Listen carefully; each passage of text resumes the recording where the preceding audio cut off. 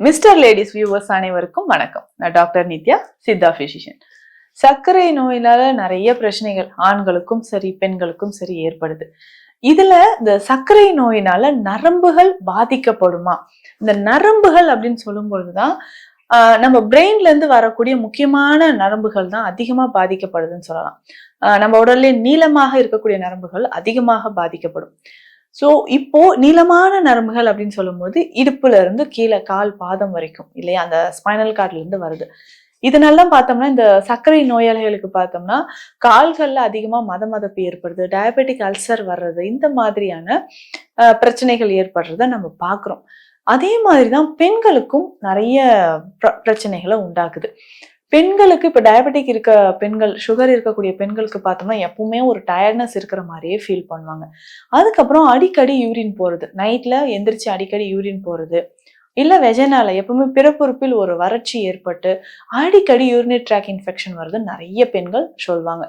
அதுக்கு அடுத்தது வந்து பார்த்தோம்னா ஆண்களை பொறுத்த வரைக்கும் இந்த எரெக்ஷன் ப்ராப்ளம், இடுப்பு கீழே இருக்கக்கூடிய நரம்புகள் பாதிக்கப்படும் போது இந்த விரைப்புத்தன்மை தொடர்பாக இருக்கக்கூடிய பிரச்சனைகளும் நிறைய ஆண்களுக்கு இருக்கு. அதாவது சுகர் வந்து 3-4 இயர்ஸ் ஆயிடுச்சுங்க. இந்த சுகர் வந்ததுக்கு அப்புறம் தான் எனக்கு இந்த எரெக்ஷன் ப்ராப்ளமே வர ஆரம்பிச்சுது. ஸோ இதனாலதான் அதிகமா டிப்ரெஷன் ஆகிறேன். டிப்ரெஷனால திரும்பவும் எனக்கு வந்து சுகர் அதிகமாகுது. ஸோ இது வந்து ஒரு சைக்கிள் மாதிரி போய்கிட்டே இருக்க கண்டிஷன் நிறைய ஆண்களுக்கு நம்ம பாக்குறோம். அதே பெண்களுக்கு என்ன ஆகுதுன்னா ஒரே அதிகமான ட்ரைனஸ், வெஜைனால ஒரு ட்ரைனஸ் இருக்கிறது, பாடி ஃபுல்லா ஒரு டயர்ட்னஸ், எனி டைம் ஒரு டயர்ட்னஸ் இருக்கிறத நம்ம பார்த்துக்கிட்டே இருக்கிறோம்.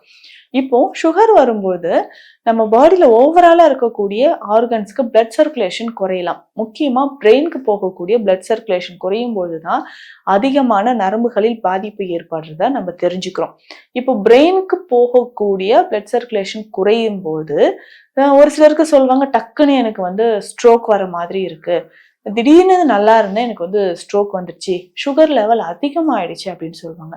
அதே மாதிரி கண்கள், டயபெட்டிக் ரெட்டினோபதி அப்படின்ற ஒரு கண்டிஷன், இதனால வந்து பார்த்தோம்னா கண்களுக்கு போகக்கூடிய நரம்புகள் எல்லாமே பாதிக்கப்படுறது, ஃபேஸ்ல வரக்கூடிய நரம்புகள் பாதிக்கப்படுறது, ட்ரைஜெமினல் நர்வ் மாதிரியான நரம்புகள் பாதிக்கப்பட்டு ஃபேஸ்ல ஒரு ஒரு இடத்துல ஒரு சைடா வந்து நமக்கு இழுக்கிற மாதிரி தெரியுது. முகத்திலும் இந்த மாதிரி ஒரு சைடா வாதம் தொடர்பாக வரக்கூடிய நோய்கள் மாதிரி சர்க்கரை நோயினால பிரச்சனைகள் ஏற்படலாம். பொதுவாக இந்த சர்க்கரை நோயினால் ஏற்படக்கூடிய ஆண்களுக்கு இந்த மாதிரி விரைப்புத்தன்மை பிரச்சனை, பெண்களுக்கு ஏற்படக்கூடிய பிரச்சனைகள், நரம்பு தொடர்பாக வரக்கூடிய பிரச்சனைகள், முக்கியமா இந்த நரம்புகளை நம்ம ரொம்ப ரொம்ப கேர்ஃபுல்லா பார்த்துக்கணும். பொதுவா இந்த இன்சுலின் செக்ரேஷன் நம்ம பாடியில நார்மலா தான் இருக்கும். ஆனா அது அப்சார்ப்ஷன் ரேட் வந்து குறையும் போதுதான் நமக்கு இந்த ரத்தத்தில் சர்க்கரையோட அளவு அதிகரிச்சுக்கிட்டே போகுதுன்னு சொல்லலாம். இதை நம்ம வந்து கரெக்ட் பண்ணணும்னா முக்கியமா காய்கறிகள் அதிகமான கவனம் செலுத்தணும். நம்ம என்ன பண்றோம்னா ஒயிட் ரைஸே 3 வேளையும் தொடர்ந்து சாப்பிடுறது, காலையில இட்லி தோசை சாப்பிடுறது, அதுக்கப்புறம் மதியம் வந்து நல்ல ஒரு ஃபுல் மீல்ஸ், திரும்ப நைட் அகைன் இட்லி தோசை மாவு எடுத்துக்கிறேன். இந்த மாதிரி ஒயிட் ரைஸ், அதுல முக்கியமா பாலிஷ் பண்ண ரைஸை திரும்ப திரும்ப சர்க்கரை நோயாளிகள் சாப்பிடுவதை தவிர்க்கணும். இப்போ இதுக்கு மாற்ற நான் என்ன சாப்பிடலாம் அப்படின்னா, ஒரு நாளைக்கு ஒரு வேளையாவது ஒரு பவுல் ஃபுல்லா நம்ம வெஜிடபிள்ஸ் மீல வந்து எடுத்துக்கலாம். முளை கட்டிய பயிறு வகைகள், அதுக்கப்புறம் காய்கறிகள், நம்ம சாப்பிடக்கூடிய ஃப்ரூட்ஸ். இது ஒரு பெரிய டவுட், என்ன ஃப்ரூட்ஸ் தான் நான் எடுத்துக்கிறது? சர்க்கரை நோயாளிகள் எடுக்கலாம். முக்கியமா அதிகமா ஸ்வீட் இருக்கக்கூடிய பழங்களை நம்ம தவிர்க்கிறது நல்லது. இதுல பழங்கள் அப்படின்னு பார்த்தோம்னா சப்போட்டா, மாம்பழம், இந்த மாதிரி இருக்கக்கூடிய பழ வகைகளை நிச்சயமா நம்ம அவாய்ட் பண்ணியே ஆகணும். மற்ற பழங்கள் எல்லாமே எடுத்துக்கலாம். இதுல கொய்யா நிறைய சாப்பிடலாம். கொய்யா, பப்பாளி, மாதுளை பழம், இது எல்லாமே உணவுல நிறைய சேர்த்துக்கலாம். உணவு மட்டும் இல்ல, தனியா ஒரு பவுல் ஃபுல்லா எடுத்து வச்சுட்டு இதை சாப்பிட்டுக்கிட்டே இருக்கலாம். அதுக்கப்புறம் காய்கறிகள் அப்படின்னு சொல்லும் போது, அதாவது நல்ல பச்சை கிரீனா இருக்கக்கூடிய நாட்டு காய்கறிகளை சாப்பிடலாம். கத்திரிக்காய், வெண்டைக்காய், சுரைக்காய், பீர்க்கங்காய், முக்கியமா சுண்டைக்காய், இந்த மாதிரி காய் வகைகள் உணவுல ஏதாவது ஒரு நாளைக்கு ஒரு வேளையாவது, முக்கியமா இரவு நேரத்துல எடுக்கிறது ரொம்பவே சிறப்பாக இருக்கும். அரிசி வகைகள்ல அதிகமா சிவப்பு நிறத்தில் இருக்கக்கூடிய பட்டை தீட்டப்படாத அரிசி வகைகளை உணவுல நிறைய சேர்த்துட்டு வரணும். இந்த மாதிரி நம்மளுடைய உணவு முறைகள்ல மாற்றம் செய்தோம் அப்படின்னா நிறைய பேருக்கு இந்த சர்க்கரை நோய் வந்து குறைய ஆரம்பிக்கும். முக்கியமா இந்த ஆண்மை குறைபாடு இருக்கு இல்லைங்களா, சர்க்கரை நோயால் ஆண்மை குறைபாடு இருக்கு, இல்ல அடிக்கடி நான் வந்து யூரின் பாஸ் பண்ணிட்டு இருக்கேன், இந்த கண்டிஷன்ல இருக்கிறவங்களுக்கும் ஒரு பெஸ்ட் சொல்யூஷன் என்னவாக இருக்கும் அப்படின்னு பார்த்தோம்னா, அதுல நன்னாரி குடிநீரை நம்ம பயன்படுத்தலாம். பொதுவா இந்த நன்னாரி ஹெமிடிஸ்கஸ் இண்டிகஸ் அப்படின்னு சொல்லுவோம். வெயில் காலங்கள்ல இந்த சர்பத்தை நம்ம குடிப்போம். சர்க்கரை நோயாளிகள், ஆண்மை குறைபாடு இருக்கிறவங்க இந்த நன்னாரியை பயன்படுத்தலாம். நல்ல ஒரு 3 லிட்டர் தண்ணிக்கு ஒரு 300 கிராம் அளவுக்கு நன்னாரி வாங்கிட்டு வந்து அது உள்ள இருக்கக்கூடிய அந்த வேரை எடுத்துட்டு தோலை மட்டும் போட்டு நல்லா கொதிக்க வச்சுக்கணும். இது 3 லிட்டர் தண்ணி 1 லிட்டரா ஆகணும். ஆனதுக்கு அப்புறம் அதை வடிகட்டி எடுத்துட்டு இது நம்ம ஃப்ரிட்ஜ்ல கூட ஸ்டோர் பண்ணி வச்சுக்கலாம். 1 மாதம் வரைக்கும் கெடாம இருக்கும். இந்த தண்ணீரை நம்ம என்ன பண்ண போறோம், அப்பப்போ ஒரு கிளாஸ் தண்ணியில ஒரு 10ல இருந்து 20 ml கலந்து நம்ம குடிச்சுக்கிட்டே வரணும்.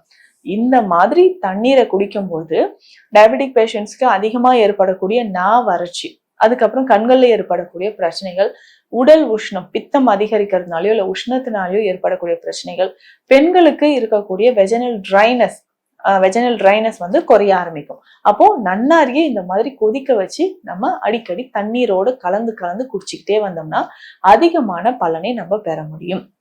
அதுக்கப்புறம் முக்கியமா நம்ம பயன்படுத்தக்கூடியது என்னன்னா அமிர்தவள்ளி அப்படின்னு சொல்லக்கூடிய சீந்தில். இதுக்கு வஜ்ரவள்ளி அப்படின்ற பெயரும் இருக்கு. இந்த சீந்தில் சூரணமோ இல்ல சீந்தில் கஷாயமோ சித்த மருத்துவத்துல பயன்படுத்தலாம். இதுல முக்கியமா வந்து பார்த்தோம்னா ஆண்மை தன்மை குறைபாடு இந்த சர்க்கரை நோயால எனக்கு வந்துருச்சுன்னு அவதிப்படுறவங்க சீந்தில் சர்க்கரை அப்படின்ற மருந்தை பயன்படுத்தலாம். இந்த சீந்தில் சர்க்கரை அப்படின்ற மருந்து முக்கியமாக இது வெந்நீர்லயோ நெய்யிலயோ கலந்து தொடர்ந்து குடிச்சிட்டு வந்தோம்னா ஆண்மை தொடர்பான பிரச்சனைகள், சர்க்கரை நோயால் எனக்கு வந்து எரெக்ஷன் ப்ராப்ளம் இருக்கு, ஸ்பெர்ம் கவுண்ட் ரெடியூஸ் ஆகுது அப்படின்றவங்க இதை எடுத்துக்கலாம். ஒரு 40 வயதை கடந்து இருக்கக்கூடிய நபர்களுக்கு இது ஒரு மிக சிறந்த ஒரு வரமாக இருக்கும்னு சொல்லலாம். நிறைய மருந்துகளும் சித்த மருத்துவத்தில் இருக்கு. இதுல முக்கியமா சங்கு பருப்பும் பயன்படுது. இந்த சங்கு பருப்பம் அப்படின்னு சொல்லும் போது கால்சியம் அதிகமாக இருக்கு. பேசிக்கா சித்த மருத்துவத்தில் கால்சியம் தொடர்பாக கால்சியம் டிஃபிஷியன்சி இருக்கு, இல்ல மூட்டு வலி இருக்கு, அதுக்கு அடிப்படையில கொடுக்கக்கூடிய ஒரு மிகச்சிறந்த மருந்து தான் இந்த சங்கு அப்படின்னு சொல்லும்போது நமக்கே தெரியும், இந்த கடல் படு திரவியங்கள்ல 5 திரவியங்கள்ல இதுவும் ஒண்ணு. இத வந்து மருந்தாக நம்ம பயன்படுத்தும் பொழுது அந்த கடல் எவ்வளவு உறுதியா சங்கு இருக்கோ அந்த மாதிரி நம்ம உடலையும் உறுதியாக்கும். அந்த மாதிரி இந்த சங்கு பருப்பத்தை மருந்தோடு சேர்த்து சாப்பிடும் பொழுது சர்க்கரை நோயால் பாதிக்கப்பட்டு நரம்புகள் தொடர்பான பிரச்சனைகளோ இல்லை யூரினரி ட்ராக் இன்ஃபெக்ஷன் இருக்கோ அவர்களுக்கு மிக சிறந்ததாக இது இருக்குன்னு சொல்லலாம். இந்த பதிவில் நான் சொல்லியிருக்கக்கூடிய மருந்துகள் எல்லாமே சர்க்கரை நோயால் நரம்புகள் பாதிக்கப்பட்டு ஆண்களுக்கும் சரி பெண்களுக்கும் ஏற்படக்கூடிய மன உளைச்சலை தரக்கூடிய சில பிரச்சனைகளுக்கு தீர்வுகளை இதை நான் சொல்லியிருக்கேன். இதை தாண்டியும் சில பிரச்சனைகள் இருந்தது அப்படின்னா அதற்கேற்ற சித்த மருந்துகள் எடுத்தோம்னா பூரணமாக குணம் பெறலாம். மீண்டும் அடுத்த பதிவில் சந்திக்கலாம். நன்றி.